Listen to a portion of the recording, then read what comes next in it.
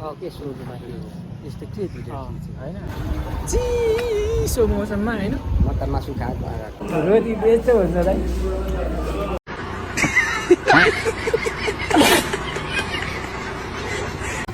चिसो मौसममा होइन म त मासु खाएको हेलो साथीहरू welcome back my YouTube channel भन्दै फेरि मेरो अर्को भिडियोमा तपाईँहरूलाई स्वागत गर्न चाहन्छु।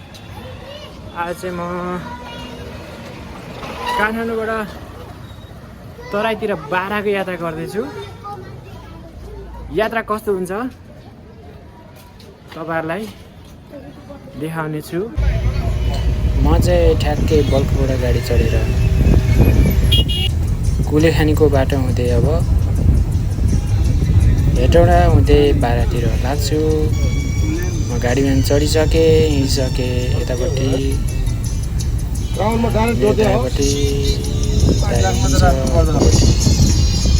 बिरुवान्सको एउटा साथी हुनुहुन्छ। हामी चाहिँ अब तल टेक्रातिर लाग्यौँ। यो चाहिँ कुलेखानी ड्याम भयो। कुलेखानी ड्याम जुन चाहिँ त म माथि देउरालीबाट देखाउँदैछु। अहिले चाहिँ म यहाँ देउराली डाँडा देखाउँदैछु। दाइ हुनुहुन्छ, दाइसँग चाहिँ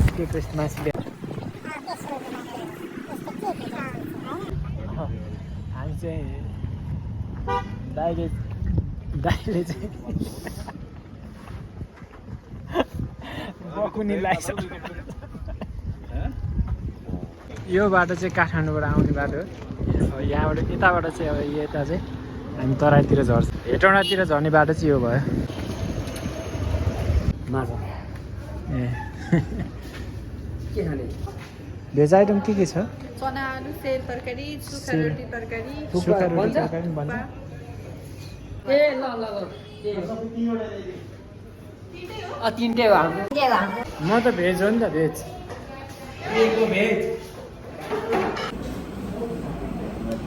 दाइले लोटी मगाउनु भएको रहेछ। रोटी बेच्छ भन्छ दाइ।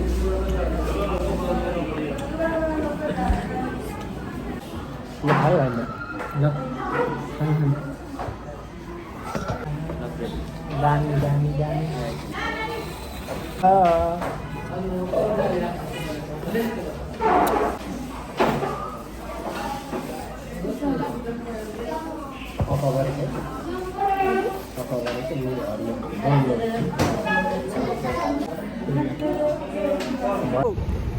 डक्बे अहिले चाहिँ शीतल छ होइन। अहिले तल गर्मीमा पुगेपछि म देखाउँछु तपाईँहरूलाई होइन कस्तो खालको हुन्छ भनेपछि रियाक्सन। अब अहिले यस्तो छ चिसो मौसममा होइन। म त मासु खाएको आएको देउरालीबाट चाहिँ खाजा खाएर चाहिँ हामी चाहिँ तलतिर लागिसक्यौँ। देउरालीबाट हेटौँडातिर लागेँ। हेटौँडा नि आइसकेको छु।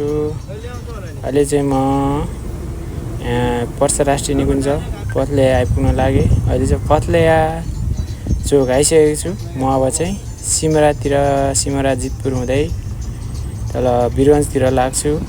यो भयो सिमराको बाटो।